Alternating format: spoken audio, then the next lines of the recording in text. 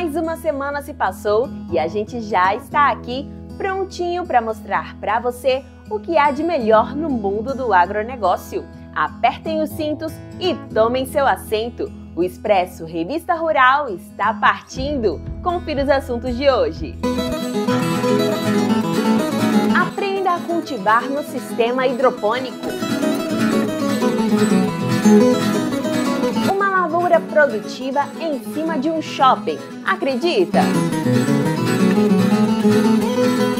Um passeio pela história da indústria do Mato Grosso, no meio do Pantanal. Começa agora o programa Revista Rural, a sua revista eletrônica do agronegócio.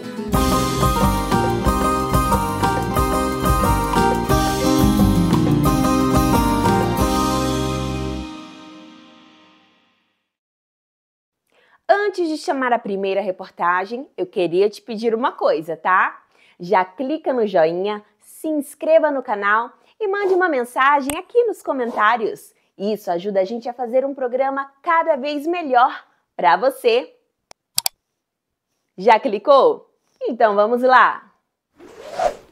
Muitos espectadores pediram uma reportagem sobre o passo a passo da hidroponia. Missão dada é missão cumprida. E para isso, a gente foi falar com um grande conhecedor no assunto. Dentre os inúmeros benefícios do cultivo hidropônico, além da maior produtividade, um melhor controle nutricional e fitossanitário podem ser mencionados. Muitas pessoas que começaram a produzir hortaliças para o próprio consumo também encontraram na atividade uma opção de negócio com um ótimo valor agregado. É o caso do Fernando, que está há mais de 10 anos no segmento e se dedica a ensinar sobre a técnica. Com relação à rotina na propriedade, qual é o manejo necessário? Cada 1 ou 2 dias, dependendo da época do ano, a gente faz uma correção do adubo na água, na caixa de água de cada bancada, tá? Nas diferentes etapas e ciclos da planta. E normalmente é feito quando? De manhã ou meio-dia. Depois temos, durante a semana, temos 3 dias de semeio.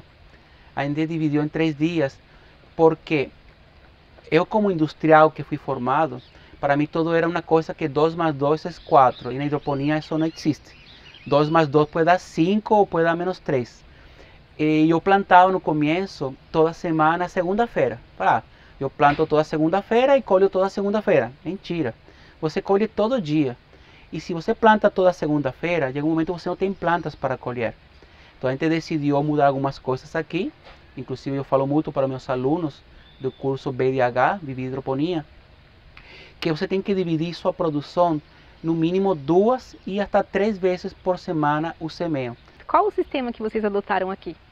É um sistema hidropônico, como qualquer um, só que é um sistema de perfil móvel, onde você tem 30% mais de aproveitamento da área útil dentro da estufa, porque tem menos corredores e mais área com perfis, com plantas produzindo, né? E que permite, por ser um perfil móvel, como a palavra fala por si mesma, ele permite você retirar o perfil da bancada, levar hasta a sua área de manuseio, o packing house, você vai fazer a parte de maquiagem da planta, botar na embalagem e tal, e permite lavar o perfil, higienizar, colocar a muda nova e colocar no lugar certo novamente.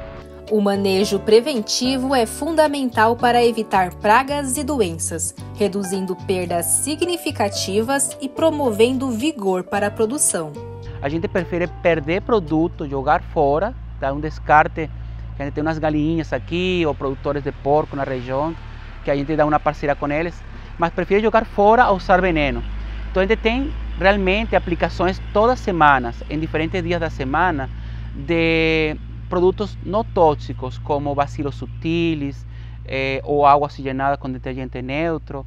Trabalhamos também com tricoderma e outros produtos que não são considerados veneno, não são venenos na verdade. São produtos que inclusive a ama de casa usa, como vinagre, concentrado de alho, concentrado de pimenta. É tudo para a gente prever, não deixar nenhum tipo de doença, fungo ou tipo de praga se instalar no sistema. Apesar da alface ser o carro-chefe pela grande demanda de consumo, na hidroponia são as baby leaves que possuem um maior valor agregado. Quando falamos de valor agregado, é uma relação de preço de venda, custo de produção e espaço físico, a densação desse produto por metro quadrado dentro da nossa estufa. Quando falamos de alface, ele é o carro-chefe porque se consome sempre, mas ocupa muito espaço na nossa produção. Agora, quando falamos das as baby leaf, que são as folhas jovens de beterraba, espinafre, etc., a gente adensa muito mais por metro quadrado e na hora de vender, a gente consegue colocar um valor um pouco maior.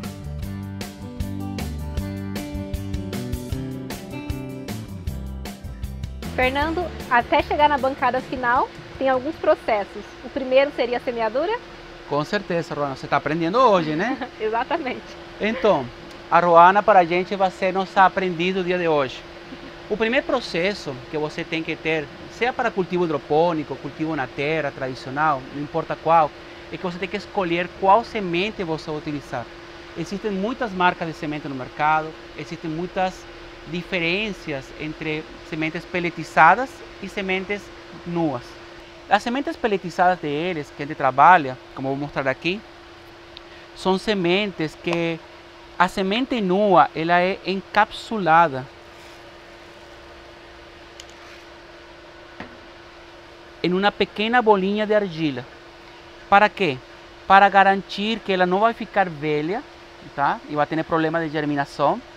É mais fácil para trabalhar. Com a mão, seria difícil pegar uma semente nua de alface porque ela é muito miudinha, muito pequena. Em cambio, uma bolinha, eu consigo pegar com a mão e botar em qualquer uma das células de germinação. Outra coisa importante, não é só a escolha da semente, é a escolha do substrato que você vai utilizar para germinar essa semente. A gente trabalha basicamente com a espuma da Green Up, é uma espuma inerte, ok?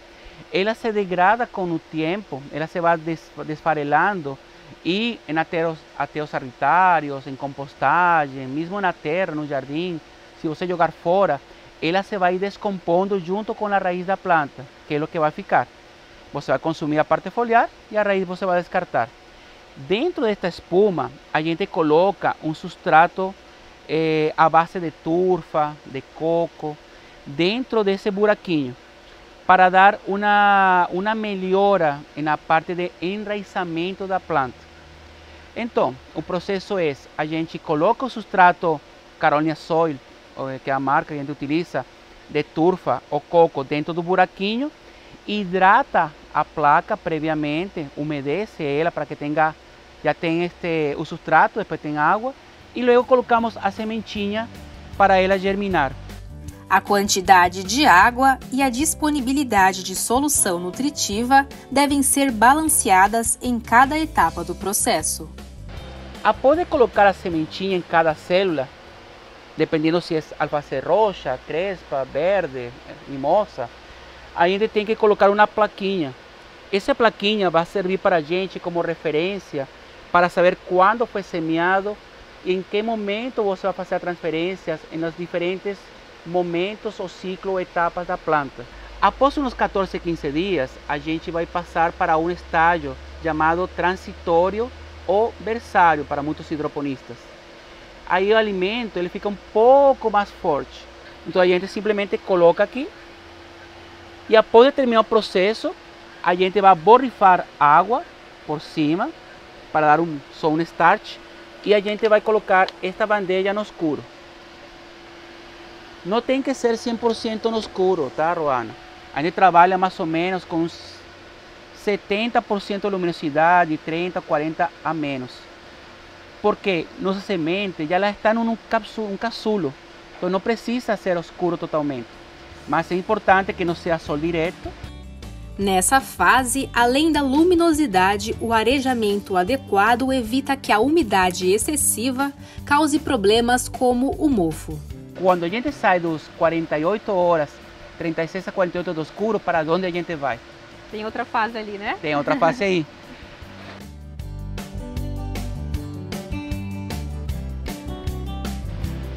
Então, Ruan, quando depois de 36 a 48 horas, nossa alface já está pronta para vir aqui afora e receber 100% de luminosidade e também regos constantes, já um pouquinho com água com adubo para começar a se formar. Quero destacar uma coisa, eu estou falando para você da alface, que é o carro-chefe e o mais fácil de produzir para qualquer hidroponista que queira começar, inclusive na sua casa. É só montar uma bancadinha de 1 metro por 1 metro que vai poder produzir alimentos saudáveis, sustentáveis e sem agrotóxicos para a sua família. Mas temos outras inúmeras variedades. Por exemplo, quando eu falo de alface, eu coloco uma sementinha, às vezes 2 por célula. Mas quando falamos de agrião, rúcula, folha de beterraba, couve-missuna, essas coisas, a gente coloca entre 10 a 15 sementes por célula. Também quando trabalhamos, por exemplo, um couve-manteiga, um couve-queijo, a gente trabalha de 1 a 2 sementes por célula. Vai variar dependendo qual é o cultivar que você vai produzir. E também, dependendo do cultivar, é o tempo que vai ficar no escuro. Já que muitas variedades de produtos cultivares, eles a vezes têm a crosta muito dura. E elas demoram para quebrar e começar o processo de germinação. A última etapa seria mais ou menos desse tamanho. Nesta parte aqui, sim. Na etapa de germinação, esta bandeja já estaria no ponto de ir para a seguinte fase, como te falei, um alimento um pouco mais forte, um pouco mais de nutrição, para ela continuar seu crescimento e também de mais água. Quanto maior a planta, ela vai crescendo, ela tem uma demanda maior, tanto da parte hídrica, que é a água, como a parte nutricional, que são os alimentos. Lembrando que a gente trabalha com adubos, e os adubos são basicamente o quê? Macros e micronutrientes que a planta precisa, igual que a gente. Só que ela absorve cálcio, potássio, magnésio, micronutrientes em pequenas quantidades, fósforo, etc, etc. E ferro, que é muito importante para a fotossíntese. Então saiu daqui, qual seria a próxima etapa para a gente poder demonstrar? A gente agora vai para a nossa mesa transitória, que fica para lá. Vamos lá.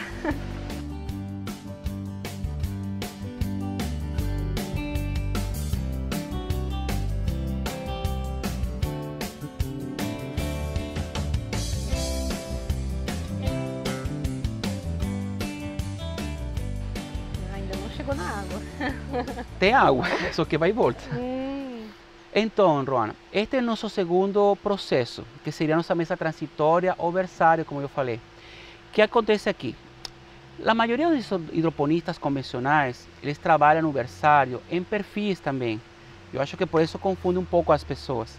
A gente decidiu, e parte do meu método do curso BDH, Viver Hidroponia, uma aventura sustentável, é que trabalhando em mesas, este processo em mesas, com inundação de nutrientes e água, a gente realmente consegue adensar mais a produção e se trabalha muito mais rápido. Só que aqui é a mesma bandeja que a gente apresentou lá, praticamente, só que a gente começa a separar as mudas com mais espaço entre uma e outra, para criar, porque uma coisa muito incrível, natureza é natureza.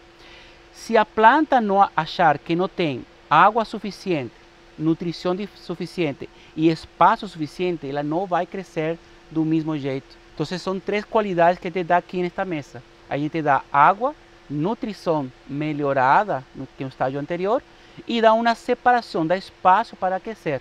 Aqui ela recebe a nutrição como? A água e os outros nutrientes que você mencionou? Ok, embaixo da mesa temos uma caixa de água, ou caixa nutricional, e tem um timer. Esse relógio, ele liga 4 vezes por dia, que é o que a gente precisa neste momento. No verão, no calor, há vezes que precisamos ligar até 4, 5, 6 vezes, um pouco a mais, porque ela realmente demanda, por causa de calor, ela começa a transpirar pela folha, ela respira, então ela começa a ter uma demanda maior. Então, como funciona? A nossa mesa, ela faz a inundação por baixo, né? A planta absorve por capilaridade o que precisa, a bomba desliga e a água vai embora. Para quem começa a produzir, por exemplo, em casa e não tem essa estrutura toda, ela poderia se adaptar de repente com uma bacia, colocando ali? Sim, eu tenho alunos, inclusive, em meu canal de Hidroponía no YouTube, que tem uma entrevista com um aluno que ele montou uma bancada hidropônica e fez esses estágios em bandejinhas pequenas, com bombinhas de aquário, em um apartamento em Curitiba, acho que no 10º andar. E uma peculiaridade que ele comentou na entrevista: gente, eu achei que por estar tão alto não ia chegar nenhuma praguinha para mim. Gente, a praguinha subiu 10 andares e está aqui, mas está tudo bem. A gente está controlando com os processos, os protocolos que você ensinou, água oxigenada, pimenta, essas coisas. Mas é muito legal ver como o cara, no 10º andar, acho que é 10º andar, em um prédio em Curitiba, ele produz alimentos com sua família, para sua família, e inclusive para seus vizinhos, porque ele não consegue dar conta de comer tudo. Mas pode se adequar uma estrutura de perfis pequena, 1 metro por 1 metro, 2 metros por, depende do tamanho que tem na sacada, no apartamento ou na casa. E estas faces, assim, que eu uso mesa, digamos, tem alunos que têm feito em bandejinhas. Ele bota uma bandejinha, embaixo coloca um isopor, alguma caixinha de plástico que sirve como reservatório. Aí a bombinha de aquário liga, molha as plantinhas e luego ele desce por gravidade. A água sempre por baixo, nunca por aspersão? A gente quase não usa, a gente tem um sistema aqui de climatização por aspersão, mas quase não usa, são em determinados momentos que a umidade está muito baixa ou está muito quente. Na verdade, quando você deixa a folha seca o mais tempo possível, você corre menos riscos de ter fungos por causa dessas umidades, como cercosporiose, alternária, eles são muito chatos de combater. E se você começa a promover alta umidade na estufa e molhar muito a folha, vai ter esses probleminhas. Então a gente decidiu fazer um sistema que só molha o que ela precisa, que é a raiz. A planta ela não precisa ser molhada pela folha, né? A não ser que a gente, de vez em quando, está dentro dos protocolos preventivos, coloca algum adubo foliar, organomineral, uma vez por semana, cada 2 semanas na folha, né? Com pulverizador, para dar um complemento nutricional, para ajudar. Às vezes que a planta ela sofre um pouco, sobretudo quando está muito quente, que o alimento não chega nas bordinhas, às células das bordinhas da folha, e elas começam a queimar, a ficar pretinha, marronzinha, tá? E aí a gente vai com o alimento por cima, para que chegue da forma direta a onde está precisando.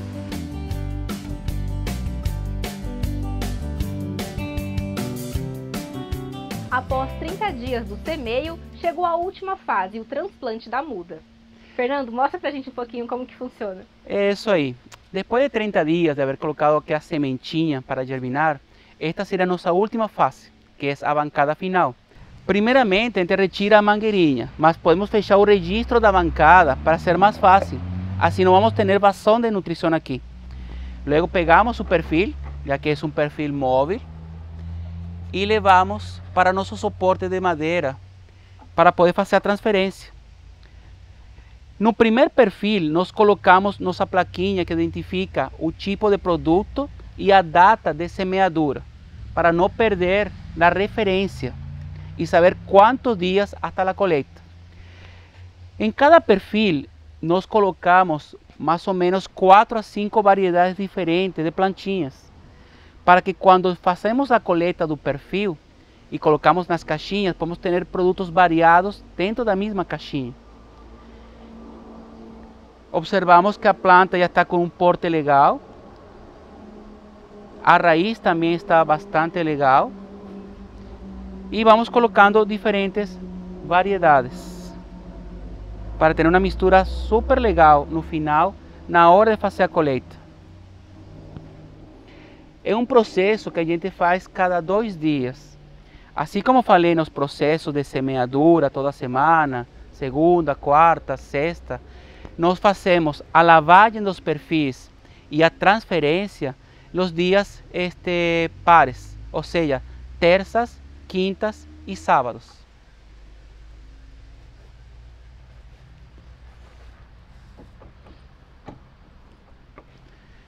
Após colocar o perfil, a gente coloca o injetor de novo, pega o perfil de lado, que está do lado e faz o mesmo processo.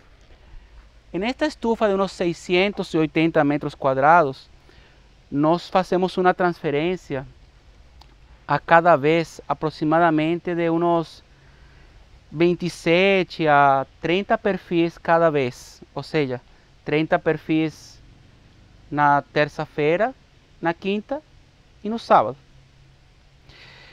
Uma coisa muito importante que você, como hidroponista, tem que prever é que alguma coisa, em algum momento, pode dar errado.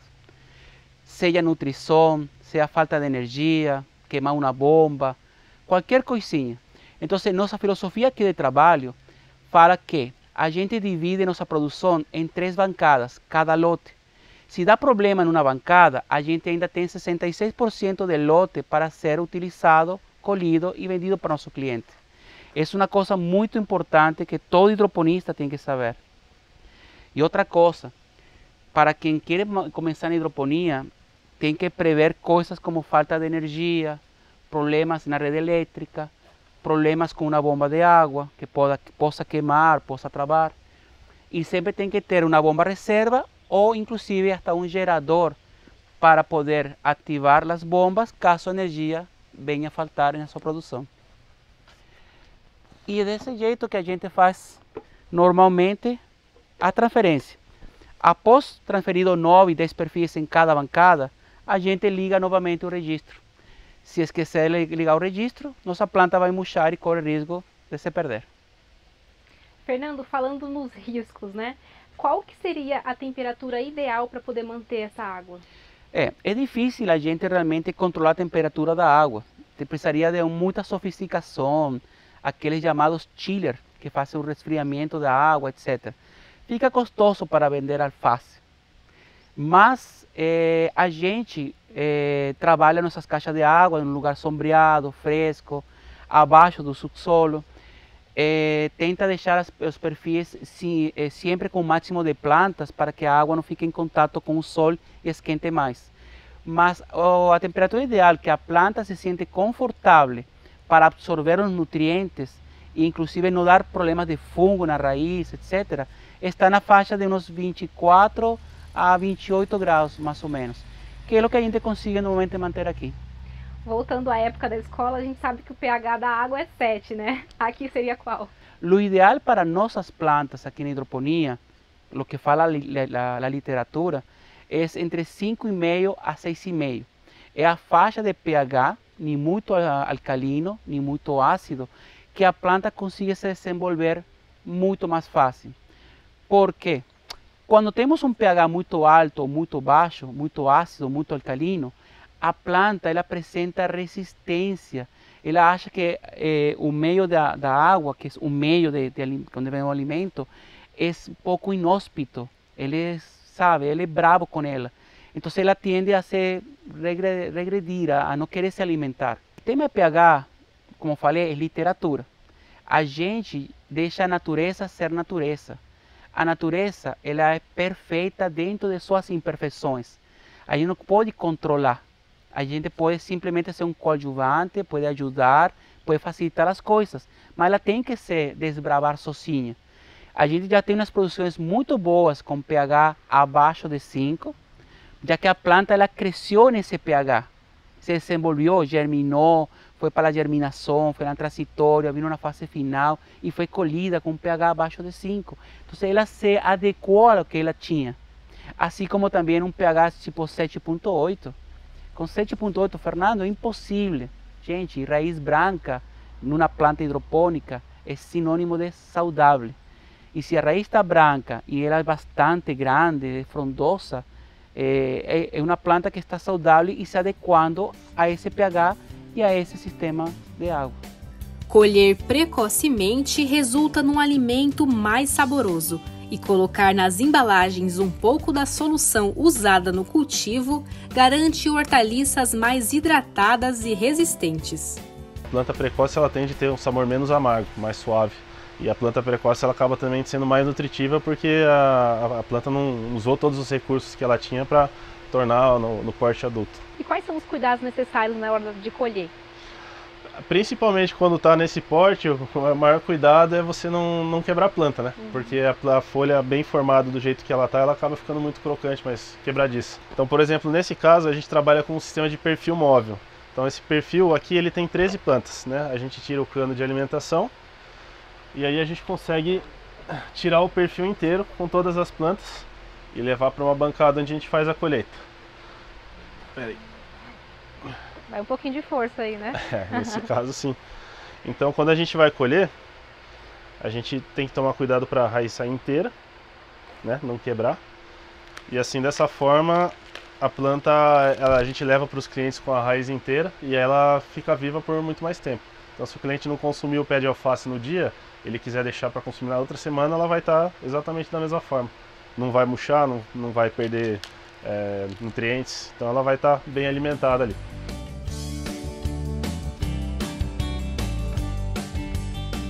Lívia, tão importante quanto a produção é também ter a embalagem adequada para não ter problemas de perder o produto, né? Sim, sim, até porque o nosso produto é um produto vivo, né? Então, como que a gente faz? A colheita é sempre feita de uma forma para ficar tudo bem fresco, na noite anterior, muitos no dia mesmo da entrega. E as nossas embalagens, a gente tem dois tipos. Para quem compra a primeira vez com a gente entrega nessa de papelão. Ela vai com plástico porque tem uma água dentro para conservar as folhas. E para os clientes que compram recorrente com a gente, então recebe toda semana ou a cada 15 dias, a gente tem essa embalagem de plástico que ela é retornável. Então a gente leva sempre uma cheia, traz as vazias e é um jeito da gente cooperar aí com o mundo para não fazer tanto lixo. E todas elas vão com água embaixo? Sim, sempre com água para deixar a raiz umedecida e a planta continuar vigorosa, bonita, saborosa lá na casa do cliente.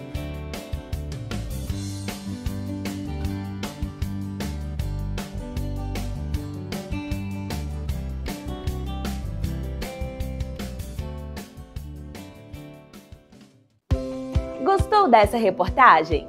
Então não deixe de fazer o seu comentário aqui abaixo. Se quiser, pode sugerir outros assuntos também. Suas ideias são muito bem-vindas e o seu comentário pode ser lido aqui no próximo programa. Não esqueça de dizer seu nome completo e onde você mora. Mande sua mensagem, queremos ouvir você!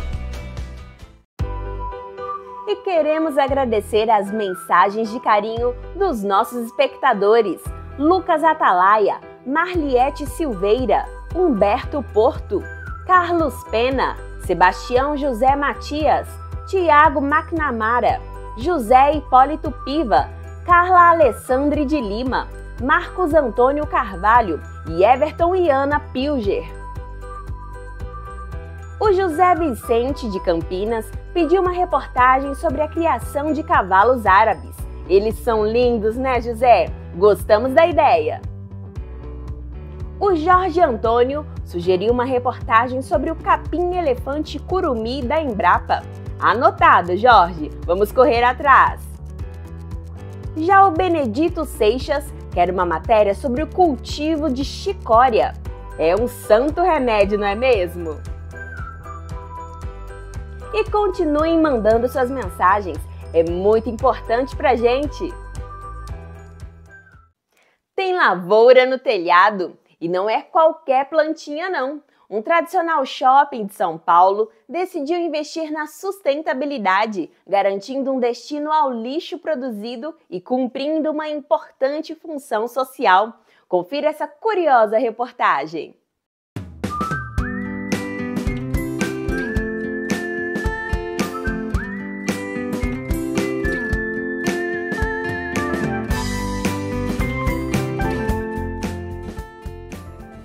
A Revista Rural veio conhecer mais uma lavoura. Não, eu não tô ficando maluco. Isso aqui é quase uma fazenda. Tá curioso para conhecer? Então vem comigo.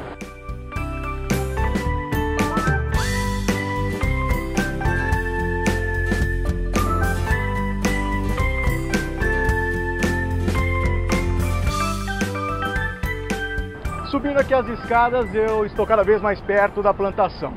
Vocês ainda podem estar achando estranho isso tudo que está acontecendo, mas eu explico. Eu estou no teto, no telhado do Shopping Eldorado, um dos mais conhecidos aqui da cidade de São Paulo. Aqui funciona o projeto Telhado Verde. Eu estou chegando aqui para conversar com o Thiago, que é gerente de operações do shopping. Thiago, tudo bem? Tudo bem. Explica pra gente o que é o Telhado Verde. Bom, o projeto do Telhado Verde do Shopping Eldorado começou em 2012, né, justamente para dar a destinação correta do resíduo orgânico que é gerado dentro do shopping, em restaurantes e na própria praça de alimentação. Justamente porque os aterros estão cada vez mais superlotados e distantes da capital. São 6.000 metros quadrados de plantio aqui, que toma conta praticamente do telhado inteiro da estrutura do shopping. Tem muita fazenda, tem muita propriedade que às vezes não atinge esse número de metragem. Grande aqui, né, cara? Muito grande. O projeto começou pequenininho com algumas caixas, hoje ocupa praticamente quase todo o telhado, né? Daqui a gente produz mais de 30 tipos de verduras e hortaliças, que a cada 45 dias a gente faz a colheita desse material. No ano são mais de 40 mil hortaliças e verduras que a gente colhe. O trabalho do Telhado Verde, ele acontece 100% aqui na estrutura do shopping. E nós vamos agora também conhecer desde o princípio de onde são recolhidos os restos dos alimentos até a gente chegar aqui de fato na área, na zona de plantio. É isso, né? Exatamente. Quer dar uma volta? Vamos lá. Um dos locais mais frequentados por quem vai ao shopping, a praça de alimentação é o primeiro grande pilar do projeto. Os clientes se alimentam, então eles acabam deixando restos de comida em seus pratos. Eles pegam essas bandejas, eles colocam nas nossas ilhas, onde os nossos funcionários fazem a separação. Então, saco verde é o resíduo seco, que é papel, latinha, e o saco marrom transparente é onde a gente coloca o orgânico já separado. Os restaurantes, eles também são obrigados a possuírem o saco de cor marrom transparente, onde eles também fazem a separação do resíduo orgânico. O pessoal que está aqui sentado que nem agora, está aqui almoçando, nem faz ideia que o que vai sobrar ali vai virar plantação. Exatamente, eles nem imaginam que tem um telhado verde em cima do telhado do shopping. A transformação começa aqui. Exatamente, a transformação começa aqui com os clientes e também com os nossos funcionários. Da praça de alimentação, nós pegamos o elevador e descemos para o subsolo do Shopping Eldorado. Aqui fica a área de compostagem do Telhado Verde. É o coração de todo esse projeto, né, Thiago? Exatamente. Aqui é onde fica a nossa máquina de compostagem.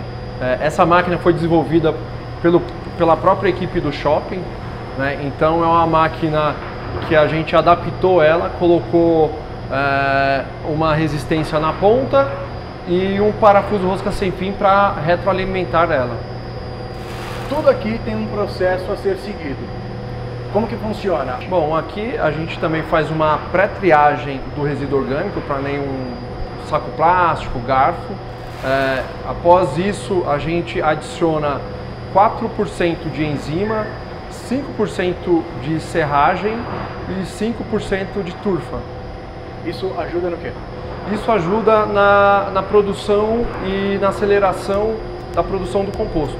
A cada 16 horas, uma tonelada de composto é produzida e fica à disposição do plantio. Além do insumo, a preparação da equipe também é bastante importante para que o telhado renda bons frutos. Hoje quem cuida dessa máquina aqui são os 3 funcionários que ficam no telhado. Foi um engajamento aos poucos, né? Então cada um teve a sua parcela de participação, então a gente aproveitou mecânicos, eletricistas, equipe de engenharia para montar uma máquina perfeita igual essa. Você é o produtor rural aqui do Eldorado? Agricultor rural. Você já tinha experiência nisso? Já. Por onde que você já tinha? Me criei já na roça lá no Nordeste. É mesmo onde? Sergipe. E você plantava o que lá? Mandioca, maracujá, todo tipo de verdura. E como que é para você que veio lá dessa vida de produtor rural, ter 6.000 metros quadrados de plantio no topo de um prédio no meio da cidade? Tem hora que eu mesmo não acredito, que estou no meio da roça. Me sinto muito orgulho.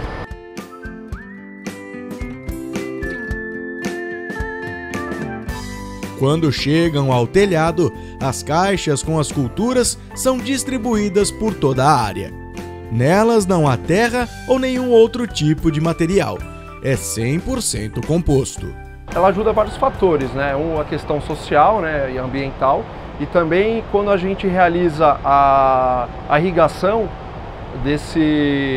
da nossa plantação, ela acaba também reduzindo em quase 2 graus a temperatura do shopping. A gente faz o cultivo de hortaliças e verduras que são mais fáceis e que tem melhor adaptação ao clima de São Paulo.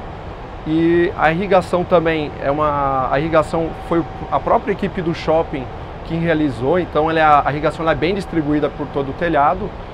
E o que você plantou, nasce. Tiago, a distribuição, o espaçamento, a quantidade de caixas aqui por cada local, isso é tudo calculado também. É importante para a questão de saúde que você estava falando e para o resultado final, né? Sim, justamente, né? Como o projeto começou em 2012, então a gente acabou se adaptando, melhorando todo o processo, e hoje a gente identificou que a distância de caixas e posicionamento é o melhor que tem para o telhado. Entre as culturas plantadas no telhado verde, nós temos cana-de-açúcar, beterraba, alface e até mesmo banana. O interessante é que tudo que aqui é plantado é distribuído para ONGs e projetos sociais, além dos funcionários do próprio shopping que levam para casa para fazer o consumo. E também a gente ajuda os pequenos agricultores, né, que tem sítio aqui ao redor da capital. A gente também faz a doação do composto. Atualmente a gente produz mais de 110 toneladas de resíduo orgânico por mês.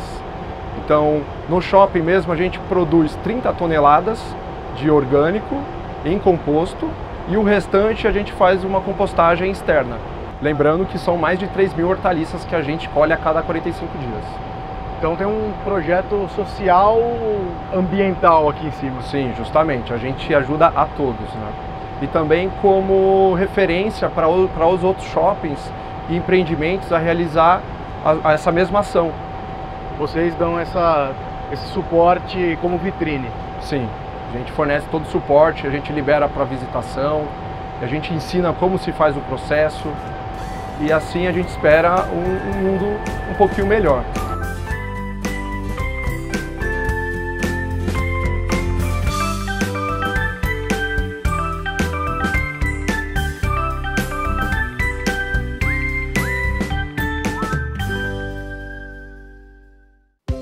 Você que está assistindo o nosso programa através do YouTube, queria te pedir uma coisa. Clica no joinha, se inscreva no canal e deixe uma mensagem aqui nos comentários. Isso nos ajuda muito a produzir um programa cada vez melhor e mais interessante, especialmente para você.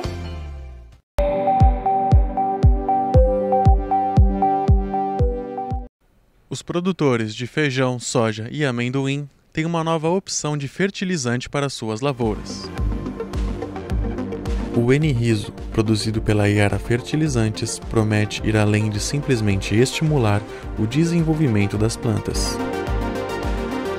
O N-Riso é um produto para tratamento de sementes de leguminosas, feijão, soja principalmente, amendoim.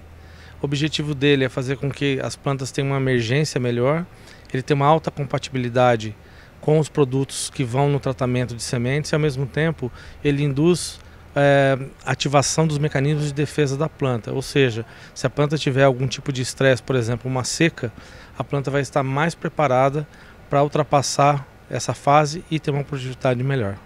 E ele é um bioinsumo ou é um produto químico? Ele é um produto organo-mineral misto, ou seja, ele tem nutrientes e tem uma fração orgânica que tem algas e também temos aminoácidos no produto.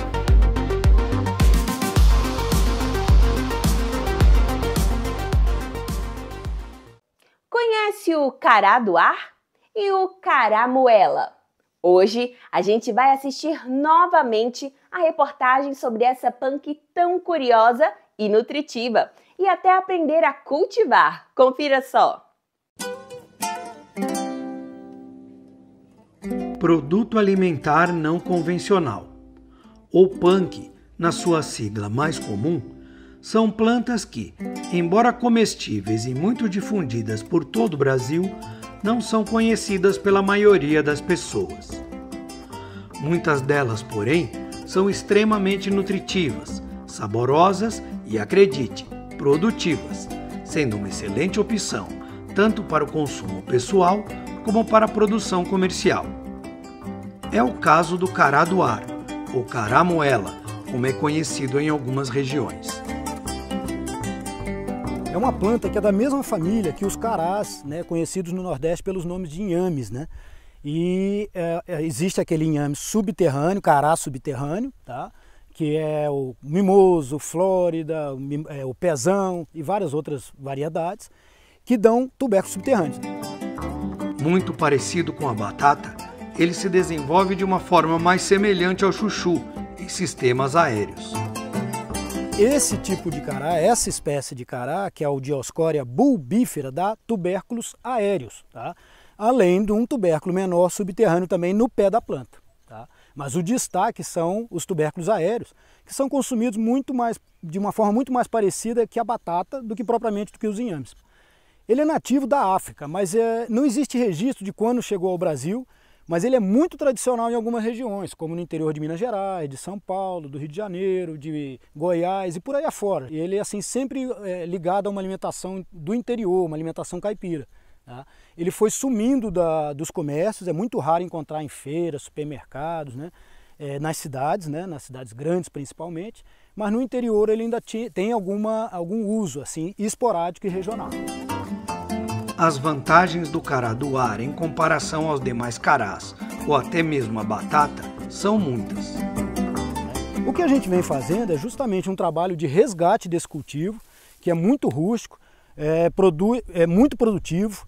É uma planta muito resistente, muito resiliente, eu diria mais. O resiliente é aquele que prospera na adversidade, mesmo em solos relativamente fracos ele produz, mesmo com um clima bastante adverso, com muito calor ele produz bastante bem.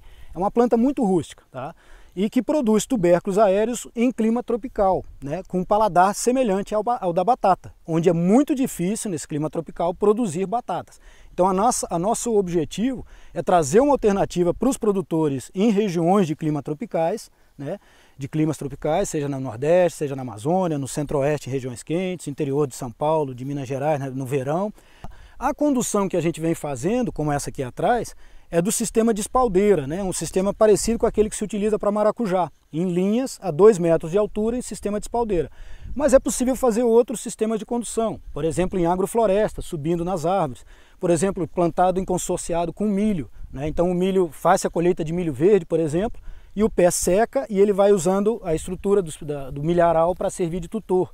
Então existem outras propostas, nas cercas de uma propriedade, né? Então a gente pode imaginar outras formas de condução. O cultivo rasteiro é possível, né? Mas ele vai ter uma tendência sempre de subir, e subindo ele produz mais folhas, tem maior área fotossintética e produz mais do que rasteiro. Tá? E rasteiro haverá mais competição com o mato. Então, fazendo essa condução, a gente tem uma produtividade maior. De bom paladar, o tubérculo é uma boa opção, como fonte de carboidrato e até mesmo de proteína. A gente observa tipos diferentes, formatos diferentes na mesma planta muitas vezes, né? Esse bem irregular, digamos, bem desuniforme e uns bem mais arredondados. Tá? Isso é comum acontecer para essa espécie cará do ar, né? Então, e também a gente observa 2 tipos principais. Um de polpa mais clara, de creme amarelado, um amarelo clarinho, e outro de polpa arroxeada. Esses são os 2 tipos principais de variedades, vamos dizer assim.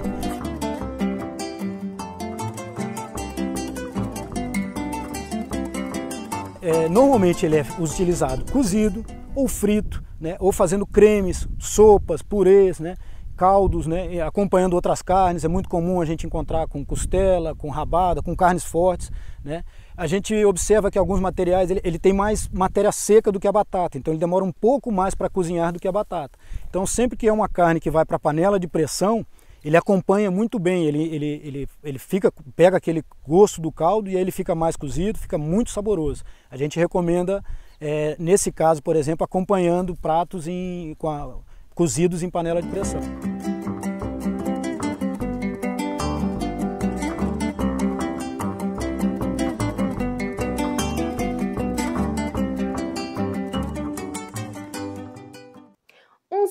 símbolo da Revolução Industrial no coração do Mato Grosso, a Revista Rural fez uma bela expedição ao Pantanal para conhecer um pouco mais da história de desenvolvimento daquela região.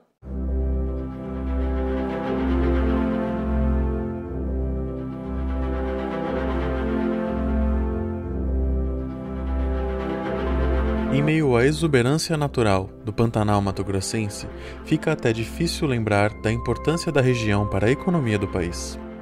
O estado tem um papel de destaque, contando com o agronegócio como seu carro-chefe.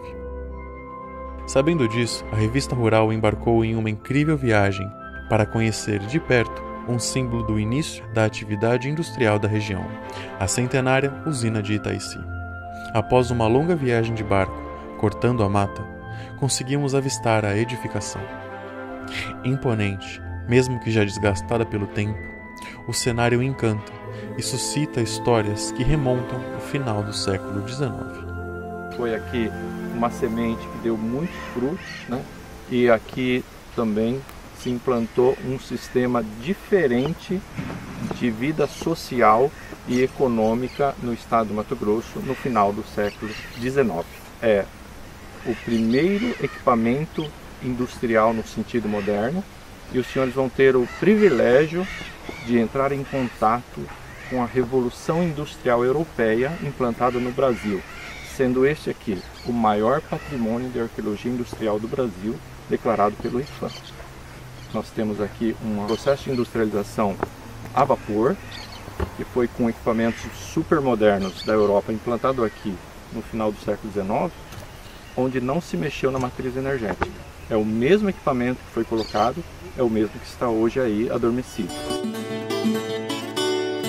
O responsável por todo esse empreendimento foi Antônio Paz de Barros, mais conhecido como Toto Paz, uma figura polêmica, um homem viajado e instruído, muito adiante do seu tempo.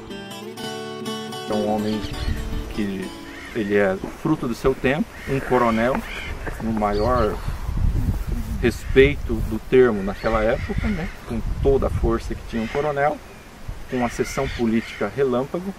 É o único presidente ou governador do estado de Mato Grosso que foi assassinado durante o seu governo. Mas do ponto de vista rudimentar, o Antônio Paz de Barros, o Toto Paz, ele conviveu com a produção industrial. O pai dele foi o primeiro industrial do estado, com essa pequena indústria a vapor. Inclusive teve um acidente nesse vapor, morreu um irmão dele quando era pequeno, eles eram em 11 irmãos. Então, ele conviveu com isso. E quando ele recebeu em herança isso daqui, o sonho dele era ser um industrial, era ter um negócio grande. Mas, por que fazer um empreendimento tão grandioso no meio da floresta, longe da capital do estado? Quem explica isso é o professor José Marcos Vargas, que ciceroneou nossa expedição. O importante é ter lenha, ter água e ter terra para cana. Essas três coisas estavam reunidas aqui. Então a primeira bomba a vapor, captação do rio Cuiabá, foi na usina Itaici, industrial. Aqui a terra era muito produtiva e aqui também a lenha era abundante. Então estava perfeito. Esse é o contexto, porque é uma indústria tão importante aqui. O sucesso da Itaici atraiu outras usinas para a região, transformando-a num polo importante de bebidas destiladas. Eram outras 10, tá? Pequenas, menores, porém não menos eficientes, tá? Todas com o mesmo sistema, menores. Do lado de lá do rio, Fazenda Tamandaré, tem uma usina pequena, mas produzia a melhor cachaça do Mato Grosso, premiada nos Estados Unidos como uma das melhores do Brasil. A cachaça Tamandaré era o que tinha de bom em termos de cachaça. E aqui produzia na usina Itaici em termos de aguardente e licores finos. Então aqui não era a cachaça principal para exportação em termos de bebida. O protagonismo nos avanços tecnológicos na região também ajudaram a fazer a fama da usina, palco de diversas novidades para a época. Aqui foi acesa a primeira lâmpada no interior do Brasil. No Mato Grosso continental é o primeiro lugar que teve energia elétrica. Quando falo Mato Grosso continental é porque Mato Grosso tinha Rondônia, ia próximo do Acre e pegava todo o Mato Grosso do Sul até na fronteira com o Paraguai. Então era gigante, né? Metade do Brasil praticamente era o Mato Grosso.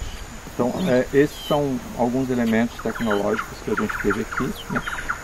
Que foi colocado a serviço da produção agroindustrial do Mato Grosso em 1897. É olhando do lado de dentro da construção que a gente passa a entender o quanto era revolucionária a atividade que ali se desenvolvia diariamente. Do lado aqui nós vamos ver as moendas que foram colocadas e estão no mesmo lugar até hoje, 2 moendas fortes, onde todo o processo começava. Nós vamos ver que a cana era trazida passando pela balança industrial, por carretas, né, nos trilhos, passava por uma primeira moenda, mas com uma esteira girada a vapor a 80 km por hora, passava pela primeira moenda, o bagaço passava por uma segunda moenda, a cana na verdade, a garapa era colocada num tonel ao lado e daí era sugada a vácuo para o terceiro piso. De lá começava todo o processo de decantação, clarificação, sedimentação e também a de secagem. A parte principal de todo esse processo, do que os estudiosos falaram, é o secador. O secador desse processo era o que dava mais velocidade e qualidade ao produto. Portanto, o secador que veio para Itaici foi o maior do estado até surgir a usina de Jaciara, em 1970. Aqui tudo apoiado em madeira, no mesmo local onde foi colocado. Então essas madeiras foram reforçadas, mas é ainda original, salvo aquela instalação ali que foi colocada em ferro. Mas tudo isso daqui são 2 mezaninos em madeira.